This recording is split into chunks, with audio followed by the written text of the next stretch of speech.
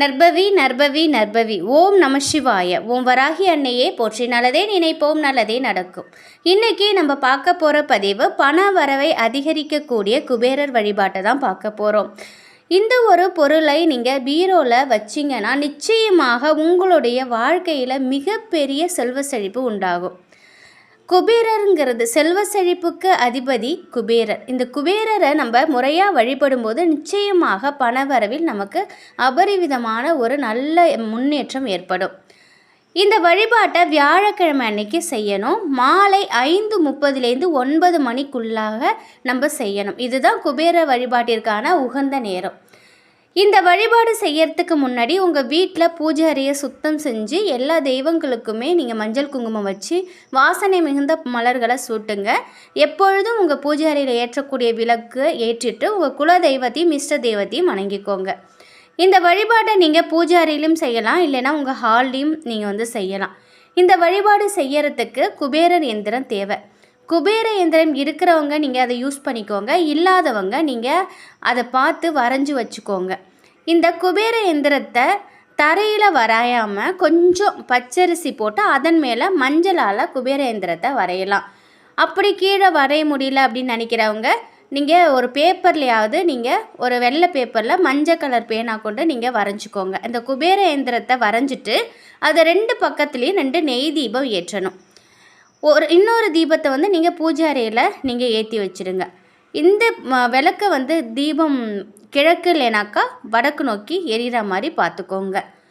குபேர படம் இருந்துச்சு அப்படின்னாக்கா அந்த எந்திரத்தை அதையிலையும் வைக்கலாம். குபேரருக்கு நெய்வேத்தியமாக நீங்கள் பால் பாயாசம், பால் இப்படி நெய்வேத்தியங்கள் நீங்கள் வைங்க.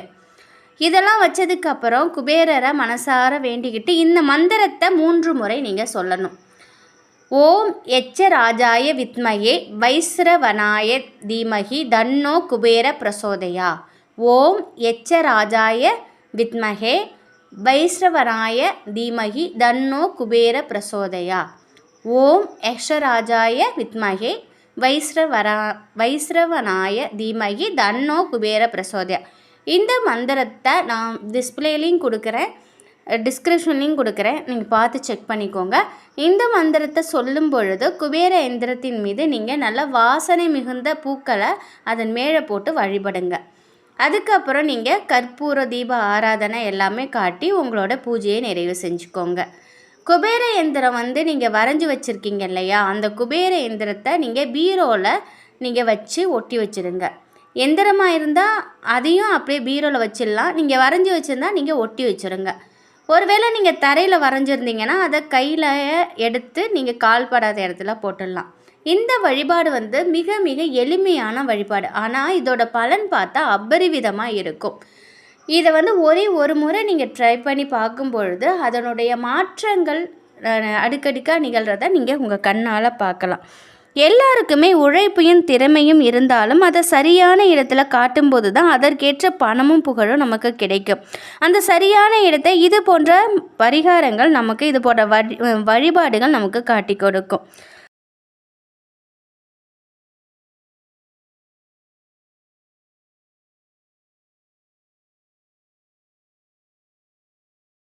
ஒவ்வொரு தெய்வங்களுக்கும் ஒவ்வொரு திதி கிழமைன்னு இருக்குது. அந்த வகையில் இந்த கிழமை வியாழன்கிழமை குபேரருக்கு ரொம்ப உகந்த ஒரு கிழமை.